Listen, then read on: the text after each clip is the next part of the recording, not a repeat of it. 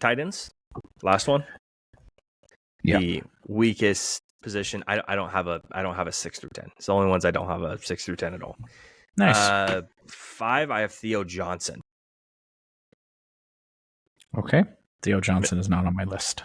Yeah. So I'm guessing you don't have Ben Sanote on your list. I do. He's my 4. Then who the fuck? Okay. Maybe do I not have? I know some guy have. He's a kid from Iowa, I think. I don't remember his name. Okay, do you have Cade Stover on your list? Cade Stover is my number 2. Okay, Jatavian Sanders, do you have him on the list? Number 3. Okay, obviously Brock's the undisputed 1. Yeah, so you're not talking. You don't like Eric All from Iowa. I didn't even really do any work on Eric. That's just I just didn't get around to him. I haven't put a whole lot of stock in the tight end class this year, so it's just really not an impressive. It's not like a class I give a fuck about. So it's gonna be one of those things with the tight ends. I do like 5 guys. I end up doing the work on them, and I'm probably not gonna go past that. Some of the other guys where I'm like, I have 8 guys in there. I'll probably do 2 more. I have like 16 guys in there. I'll probably do 4 more just to get to an even number. But outside of that, I'm not doing too much. Theo Johnson, where do you kind of see him? I know you have him higher, right? You have him 4.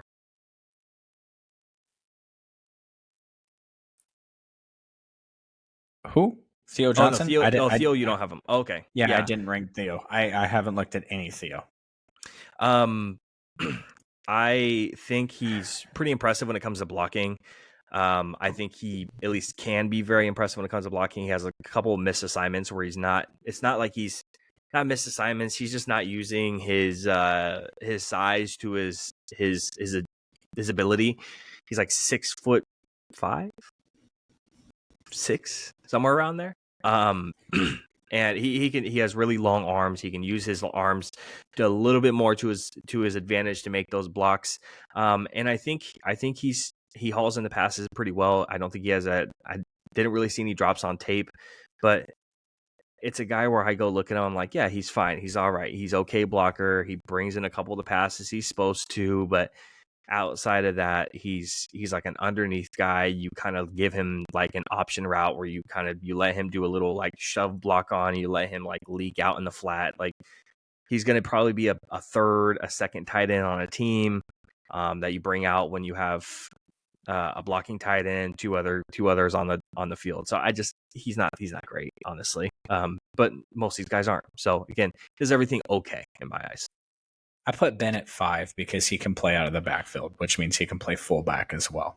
So when you're drafting a player in a weak class, if he's dual position, fullback and tight end, has a little more value to me. That's what I'm trying to say. Sure. I mean, all the stuff when it comes to Ben are stupid ass things. Like he gets overpowered by, or he got pancaked by an outside linebacker on one of the films I saw. Congratulations. He's a fucking tight end. Like that's the coach's fault for putting a fucking tight end on an island out there. That's fucking dumb. He gets bumped off of his initial breaks in coverage coming off the line on press when he's getting pressed up. Cool. I mean, that's great. If it's a corner, he doesn't really have an issue. If it's a strong linebacker, sometimes he does. But I don't really see. He's quick. I think he's pretty shifty. But I don't see a whole lot of issues with him either. I think this is a fine class. It's okay at best. Second string tight ends, outside of maybe the 1, and maybe the 2 if he develops nicely, or 3, depending on who you're talking to. I think Jatavian Sanders might go in the second round. I think he will. Because his athleticism and what he brings to the table is definitely can be coached properly. So I think so as well, and I think he has a size to him where he could be a better run blocker. And we're not talking about a guy who's a bad run blocker, right? So he could just be a little bit better. And I think he does get overshadowed a little bit when it comes to the who else is on the team? Xavier Worthy, AD Mitchell. He could probably have a lot more production if he was on another team. For sure. So yeah, I like Ja'Tavion Sanders a lot. Obviously Brock is the one, and I think the one guy, Stover, is kind of the end all be all for blocking tight ends. Yep. He's your fucking what's his name out of Georgia? A couple was last year, or what's his name? Georgia tackle. I was just bringing up my 2023 big board the other day.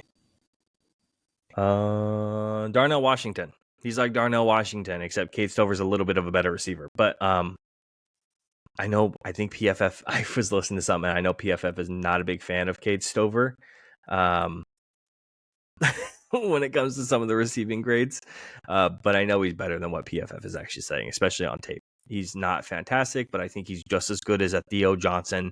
And I think he's not as quick as Ben, but I think he's just as adequate. You might not get the long stuff out of him, but if you need a guy to sit in the pockets, and I think he's really intelligent. I think he's intelligent in that role, but that's why he's in that 3. He's not going to go any higher than that. Yeah. Outside of Brock Bowers, who's a Swiss Army knife do all, I do not have much in-depth analysis for the tight ends. Yeah, and it makes too bad, unfortunately. I like tight ends. Yeah, it's just and it's funny because we're coming off of a really good tight end class, a very good tight end class, and then moving into a not so great one. So I recommend all these guys sign up for George Kittle's tight end university. That's what they need to do. Yeah, probably pretty